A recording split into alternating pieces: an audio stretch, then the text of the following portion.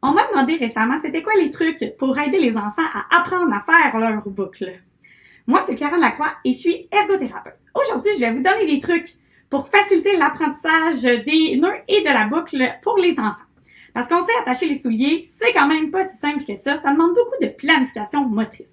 C'est quoi la planification motrice? C'est notre capacité à organiser une séquence dans une tâche qui est plus complexe, donc à réussir à réaliser tous les mouvements que ça prend dans l'ordre pour arriver au résultat final. Donc, si on pense à faire notre nœud, faire notre boucle, ça demande plusieurs étapes qu'il faut coordonner notre corps dans l'espace. Donc, c'est une tâche qui n'est pas si facile.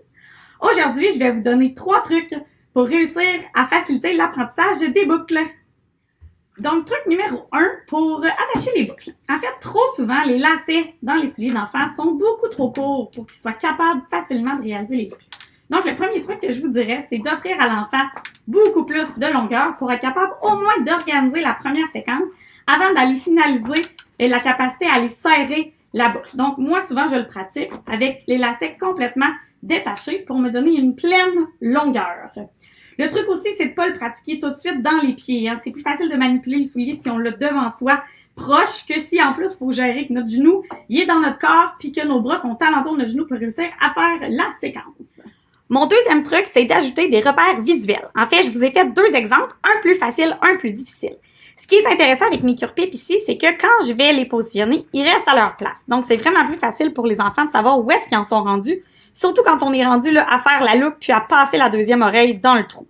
Quand c'est toute la même couleur, souvent, ils savent pas où est-ce qu'ils doivent passer. Donc, nos cure-pipes, ce que ça nous aide, c'est que ça soit plus stable, puis que nos couleurs nous permettent de savoir comment s'y prendre.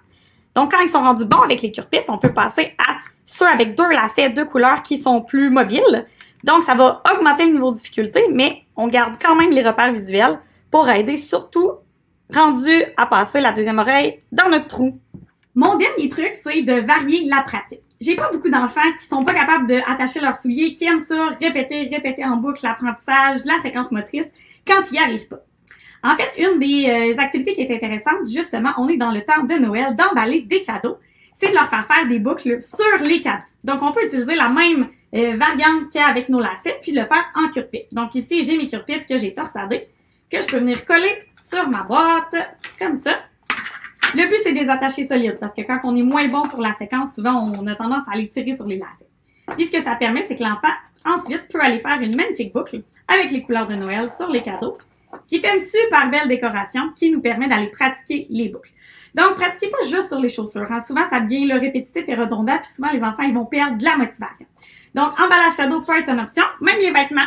On peut avoir là, des vêtements qui s'attachent avec des cordes, ce qui fait qu'on peut aller pratiquer notre boucle. On pourrait se pratiquer à attacher des gens dans un jeu de méchants avec des cordes pour se pratiquer à faire nos boucles. Donc, plus on va varier la pratique, plus on va rendre ça intéressant, plus notre enfant va être motivé à l'apprentissage des boucles.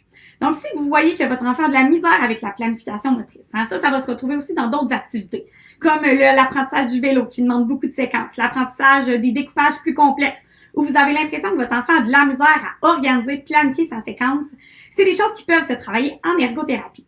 Donc, si vous sentez que vous avez besoin de support pour que votre enfant devienne plus habile, qu'il soit moins maladroit dans les tâches qu'il fait, n'hésitez pas à me contacter pour savoir comment je peux vous aider ou aller visiter mon site Internet.